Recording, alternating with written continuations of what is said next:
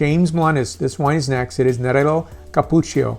It's from Sicilia. Stay tuned, and I'll tell you about this wine from Tenuta di Fessina.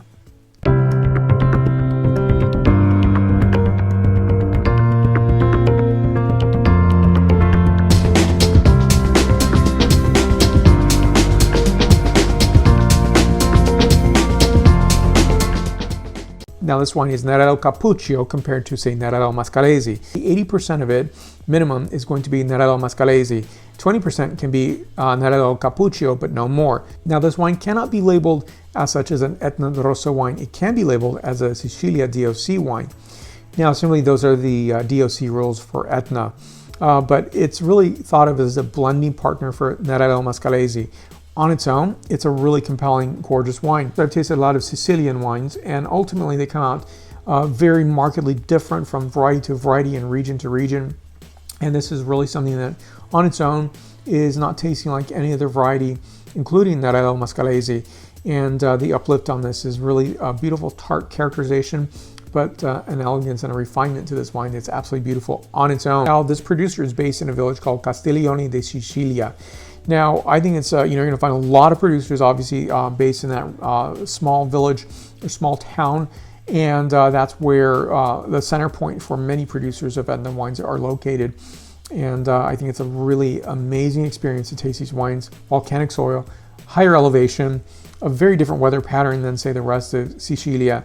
And it's really that Etna focus. And being in Etna, I'll put a picture right here, so you can see the beauty. You're always pointed towards Etna. That is, if you're in the region, you're looking to see what is Etna doing today. What is the smoke coming from the conical top?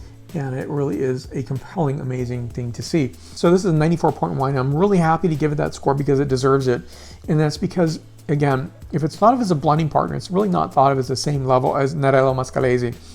And I think it's really a purpose-driven wine where I'm thinking of sausage, I'm thinking of roast chicken, pork, roast pork, salmon. There's a lot of versatility with this wine, and its tartness is really giving an elegance and a refinement that is really exciting and exhilarating. Now this is Laeneo, Tenuta di Fessina. This is a 2017 vintage, 12.5% ABV wine. So back label, now Laeneo is really that region, gathering place in Athens to honor Dionysus. And so this is really, first of all, I love the labeling program, but I love the wines from this producer.